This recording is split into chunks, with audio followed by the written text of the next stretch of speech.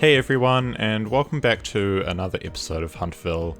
In the past few episodes, we've been working primarily on the train station and also destroyed a large part of the city, which now leaves a nice blank space that I'm going to be filling in part of today. We're going to be working on mainly industrial stuff and like a rail maintenance facility. So let's get into the episode. And to start things off, I started off by working on this area for trains to park up. Like they'd come into town during like the peak morning period and then just sort of park up here for the rest of the day and go back out into the suburbs in the evening. And like the train station is sort of basing this off what is in Wellington, New Zealand at the central station there. As that sort of has this parking facility right next to it for the trains. And the layout's a bit weird, like you'd have to go from the train station up onto like a siding and then reverse back into this area, but I mean that's what the one in Wellington's like, so it was just kind of basing it off that. And I mean, I guess you're not really worried about how quickly you can get the trains out in this instance, it's just more can you. And then using like node controller to connect up all these tracks and make them all seem okay, because I had like single tracks going into double tracks and using it to make it seem as though the tracks are splitting off, but just give me a lot finer precision over things. And here I was placing down these train props for some train from Melbourne. I don't know the model and I don't think it matters that much, but anyway, at the time I was using these in the city, and then this was probably in like August or September last year. I don't remember the timings of when I actually built this stuff, but it's been a long time. And then in like November or December, someone who I've forgotten the name of now, I think it was Mesh D, released the Matangi trains from Wellington, so I replaced these props with a prop version of that train, and then using the Matangis in the city as well as like functional, and you would have seen them in the cinematics from last week's episode if you watched that one.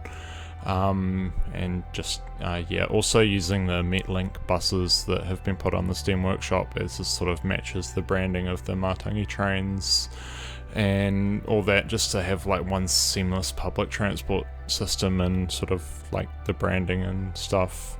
And anyway, here we're working on the like train maintenance facility or train depot, whatever you want to call it.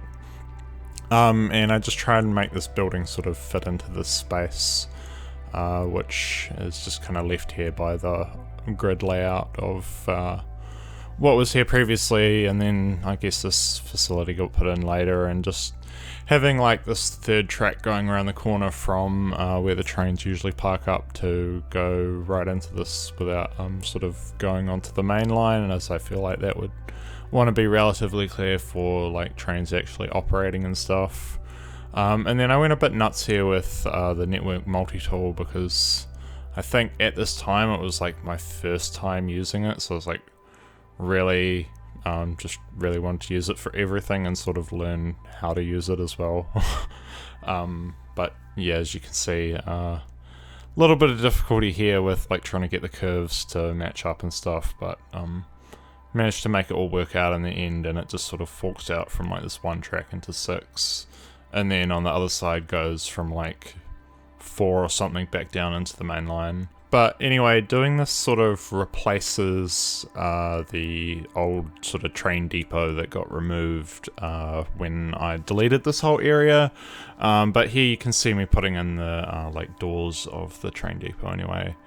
And like with this, I think we've returned like most of the like important things that were in this area. It was only really the train depot and the sort of little cargo yard that I made quite early on.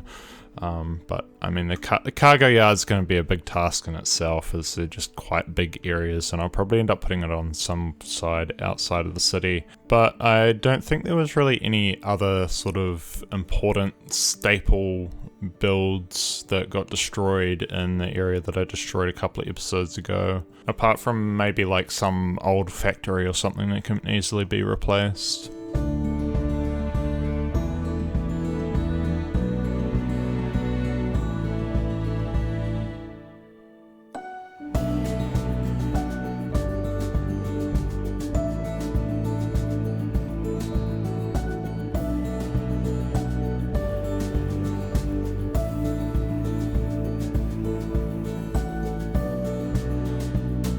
So during recording this episode, I also did a little bit of off-camera work sort of to the west of the area that we're working on today. And this was just filling in a few like suburban houses in a gap that had been created from destroying the train line. And associated changes with that. So I didn't think it was really worth showing sort of the building process, but it's basically just a few little suburban streets, with one of them being made into a cul-de-sac so that it doesn't sort of intersect with one of the main roads going out to different parts of the city, and just sort of reinforces like a proper road hierarchy so that people don't just take whatever routes and have millions of traffic lights everywhere. Anyway, now we're moving on to placing down a little bit of road layout in sort of preparation for expanding out across the railway line, and also just making that road go through, and it'll go over the railway line. I'll turn it into a bridge in a couple of minutes time. But anyway, in the background there you would have seen that stadium. That's the Sky Stadium building that LA Tigers made based on the Sky Stadium in Wellington. And that'll be the main focus of the next episode. And here we're just sort of working on this industrial area, mainly just placing down a few warehouses in this area, but also building this roundabout. And here I was trying to make it so that when cars enter the roundabout, there's like a curve that sort of slows them down and ensures that they enter the roundabout at a slow speed. This is kind of something that gets done in real life to control the speeds at which cars enter the roundabout, and also the size of the roundabout sort of restricts that as well. And here just doing some road markings where the road kind of diverges, and also putting in some pedestrian crossings there. I would have liked to have them closer to the roundabout, but it's kind of hard to do in the game without having them like right on the roundabout, which is also like another sort of thing where it just gets like too close, and then like the in-game traffic is not going to work that well. I'm going to try and stop saying the word roundabout because I've said it like 10 times in the space of like 30 seconds or something. And here just putting in some markings so that people sort of know what direction to go. I've seen this a few times on roundabouts in New Zealand. Like big ones, they have like markings in the middle. I'm not sure if that's like a standard thing, I can't remember, but anyway, it's one of those like little details. I didn't really like those chevron signs that much, but it was sort of all I had to work with. And here just making like the driveway into this industrial building and sort of making it like an intersection, and then using that like ploppable asphalt sort of, I don't actually know how to describe it, but it changes from like the road level to the pavement level and is sort of like a little ramp. And then just putting down some decals and things to sort of give this area a lot more texture, because just plain old concrete just isn't really exciting enough for me. So doing that and then just filling in this awkward area with some bushes and things. And here we're working on like a truck yard, and I'm just placing down this network fence around the edge of it to sort of define the boundary. And then we're going to move on to sort of placing some concrete walls down around that bridge just off to the top left corner of the screen. And I was just using this concrete wall network.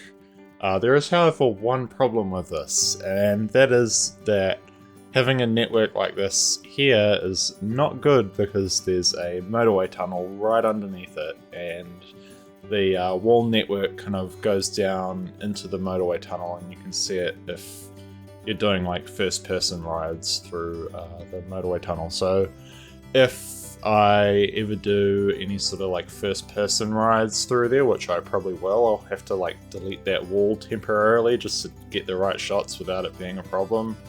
I mean, it's that far out of sight from where the motorway tunnel goes to that it probably won't matter, but it's just like one of those little disappointing things that you sort of wish didn't happen, but it just has. And here we're placing down some trucks in this truck yard. I figured the easiest way to do this was just place down just a big line of trucks and trailers using prop line tool. That way you're getting like a nice equal spacing between them, and then just went through and did that with the cabs, and then sort of deleted some to make it look like some trucks were actually in use, because that makes a lot of sense when you're doing these truck yards, is that half the trucks or more than half the trucks aren't going to be in use, because there'd be no point in even having the trucks there if you're not using them. And here just placing down some warehouse buildings in this little awkward space between the sort of train parking area and the road next to it, and I was just really struggling to find what to put there, so I just put those warehouses in and sort of rotated them sideways.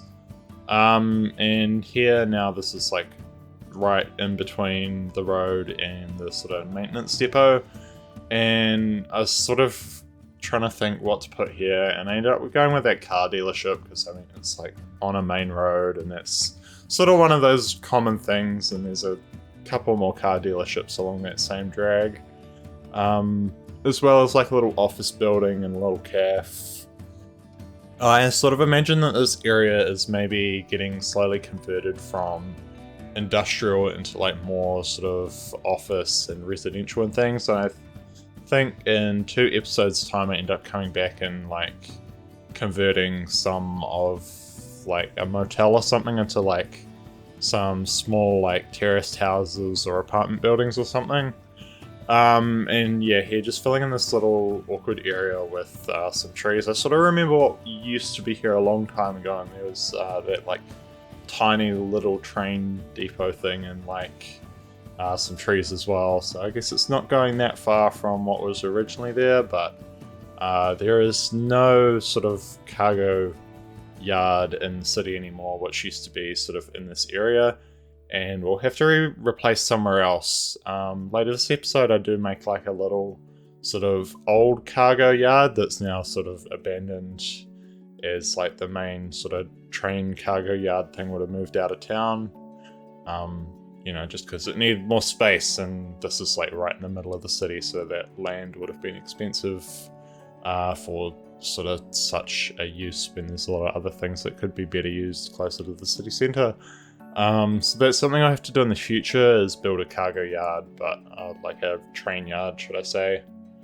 And here just sort of making this parking lot in a really weird shape, and I was just sort of using node controller to get the road to fit to the shape, and then just sort of filling in the parking bays where they seem to fit, and doing a little trick with procedural objects there with some decal line markings. I haven't actually done many videos for a while and sort of forgetting all the City Skylines terminology and all that sort of stuff. And yeah, just another warehouse here, and I also placed down that like New Zealand Post building, which I think acts as a post office in game for like the functionality from the Industries DLC. It's kind of annoying now because they changed their branding not that long ago, so like New Zealand Post has like a different logo now, and that one's got the old logo, and there's a little prop truck that comes with it that also has the logo, but it's like sort of not that big a deal. But I would wish that it was more up to date, but I think it was made before that brand change or something. And yeah, here just sort of doing that same thing with the driveway in terms of like making a road and using that ploppable asphalt surface to sort of make it go up into the main concrete area. And here just putting this fence around this warehouse and adding in some parking lots too. In this short section of the episode we actually managed to cover like quite a bit of area of the city in terms of what I deleted back in episode 21. Or, I mean, at least in relative terms compared to like the last 2 episodes, which were like very focused on specific areas and doing like lots of detail and all that good stuff with like that underground train station if you watched the last episode. So it's actually nice to be making some like noticeable progress in terms of the area of the city that we've been filling out.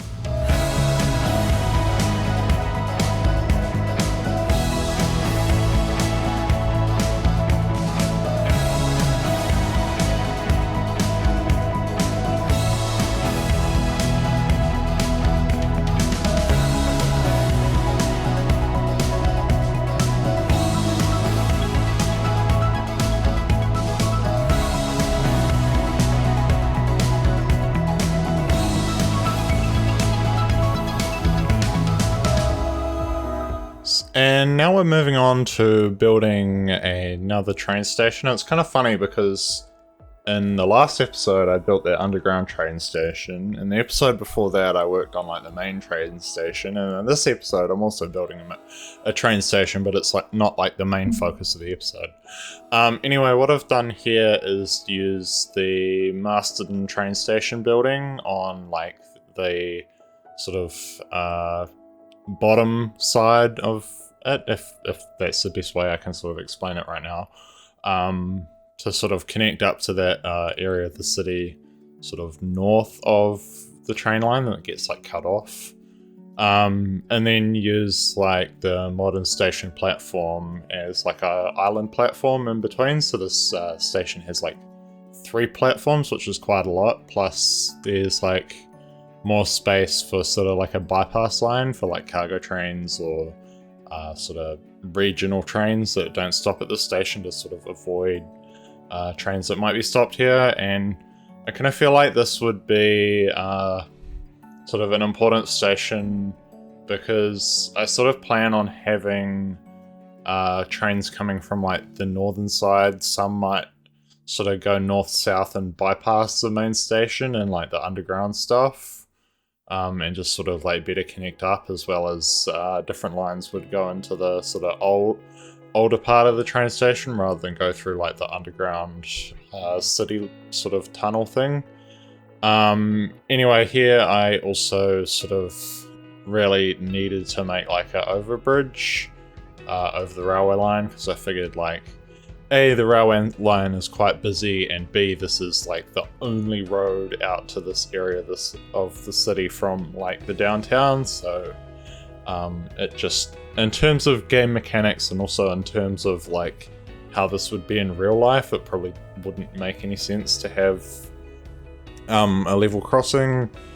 And this is sort of the area that I discussed a few minutes ago that I did mostly off camera.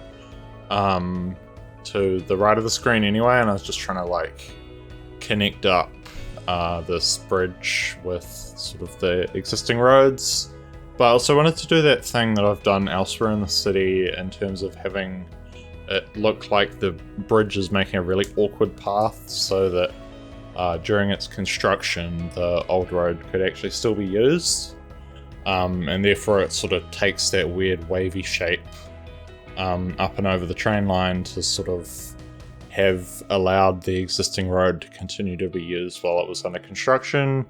And there's sort of like little artifacts of that old road having now been cut off that you might be able to notice in the cinematics. And here just going through and placing down some benches at the train station. I think I did forget to do this in like the main train station. I need to go back and do that just to add some more details and things.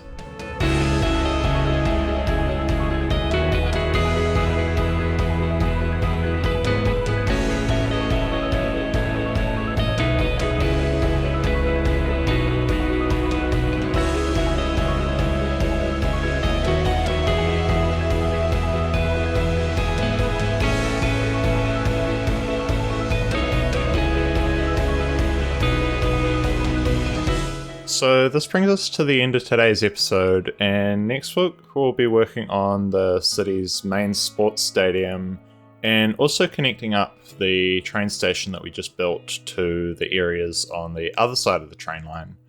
Thanks for watching, and I hope to see you in the next one.